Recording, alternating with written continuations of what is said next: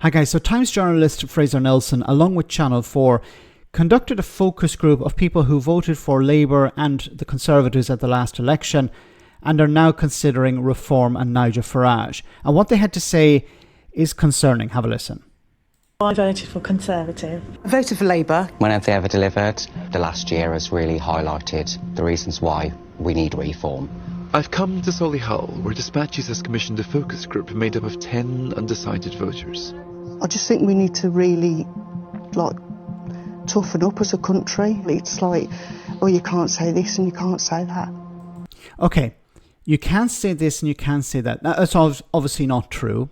There is freedom of expression. I presume she's not talking about Palestine Action being prescribed as a terrorist organization, but obviously she's talking about stuff on social media. She's talking about what Nigel Farage has been talking about and Reform UK and people around that wing of politics, how you're not allowed to express yourself, how people have been thrown in jail for tweets and stuff like this. This is powerful because it convinces people that the government are against them when it comes to expressing themselves, and Farage is with them. And Farage will change the situation. Farage will allow people to be racist again, to be bigoted again. Now, I don't know if this woman is racist or bigoted, but generally the people who have concern about I should be allowed to say what I want on social media obviously don't care about the consequences of that. And we saw that at the Farage riots last year, where people were egging on the worst elements in society, and political commentators who are supposed to show responsibility, show leadership, decided, no, we actually can enjoy this and benefit from it. Why can't you? I'm 26, right? I'm a young lad. We have jokes that between each other sometimes it can be quite offensive. We don't want to be that to end up on social media and then your life's ruined. So that I think that... See, the thing about this is the reality of the situation. It's not about politicians, it's about employers. I'm more concerned if a future employer looking at my social media than politicians looking at my social media. This is a bigger concern, but obviously politicians like Nigel Farage will not talk about that. They'll talk about how Keir Starmer or the Labour Party or the Labour government or whoever, the woke mob, are trying to stop you from expressing yourself. Look, I've talked about this with people before. What you put on social media remains there. So you should be very careful about what you've said in the past, because it's not so much the politics of it, but a future employer could look at it and say, well, we don't actually agree with these positions you have, or this could be embarrassing for our company. It's not so much about politicians, about politics, it's about employers. That's part of what is attractive about reform. But when you're breaking taboos, how far is too far? My biggest thing, I don't like any party that can possibly incite hate, and I think sometimes they can go down that road. That's why I wouldn't vote for them. I think if he wants to become Prime Minister and reform as an organisation wants to take power, he needs to be for everybody, not just for a certain demographic. I put these concerns to Farage. The biggest concern was that reform can use divisive politics. By divisive, they pretty much meant racially divisive in terms of the way that... Look. No, okay, can I just say what... So a couple of them were saying, like Maureen was saying, I don't like any party that can possibly incite hate, and sometimes reform goes down that road. So then she's not going to vote for us anyway. So that's pointless. No. So we're not going to change. We're not going to take on any criticism. What we're going to do is we're going to dismiss people who we believe would never vote for us anyway. What a charlatan this guy is. I understand many politicians believe this. Well, look, this demographic or this group of people or this whatever is not going to vote for us. But you're supposed to push back on that. You're supposed to reach out to these people. You're supposed to represent everyone. See, Nigel Farage wants to be Prime Minister, but he's already dismissing a group of people. How is he going to represent everyone if he's saying, well, these people wouldn't vote for us anyway?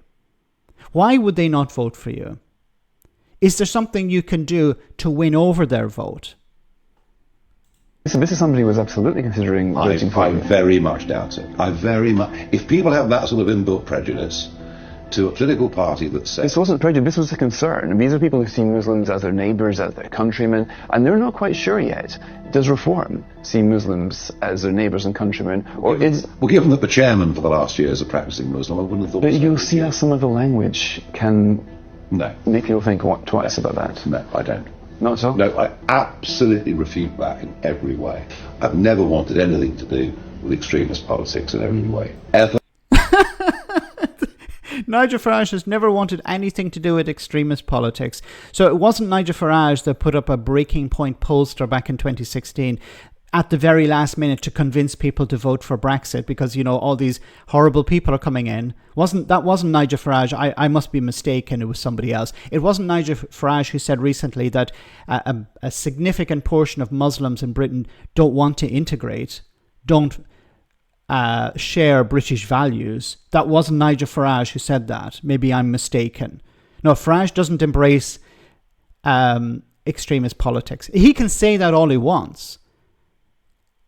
And I've said before how Nigel Farage is very good at weaving truth and lies together and presenting a very compelling narrative, a very attractive narrative.